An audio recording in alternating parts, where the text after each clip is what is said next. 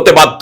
এই দেখলে না রাজনৈতিক কম্পিটিশনে কিছুদিন আগে প্লেন দুর্ঘটনা অজিত পাওয়ার এবং তার, নিশ্চয়ই, হ্যাঁ হ্যাঁ। এটা রবির বছর গেল কিসে?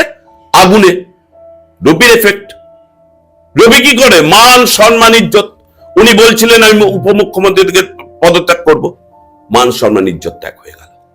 হ্যাঁ, মান সম্মান যেমন দেবে যারা পায়নি, যারা পেয়েছে। কারণ এই ভদ্রলোকটা যিনি মারা গেলেন, অবশ্য কোনো মৃত্যু নিয়ে আমি রাজনীতি করবো না, করছিও না। দয়া করে রাজনীতিটাকে দূরে সারক্ষণ, এটা জাস্ট জ্যোতিষ বিষয়ে আলোচনার জন্য। আমি রাজনীতির লোক নয়। তিনিও তো বিভিন্ন সময় বিভিন্ন দল চেঞ্জ করেছেন, ওটা দলের অস্তিত্ব একটা ছিল না। কখনো বিজেপিতে এসছেন, কখনো কংগ্রেসে গেছেন, কখনো নিজে এনসিপিতে ছিলেন। যেখানে তার মনে হয় সম্মানহানি হবেই হবেই। রবি এরকম ভাবে তোমাকে এই বছরটা দেবে, তুমি আরো দেখতে থাকো আরো কত কি ভয়ঙ্কর হয়।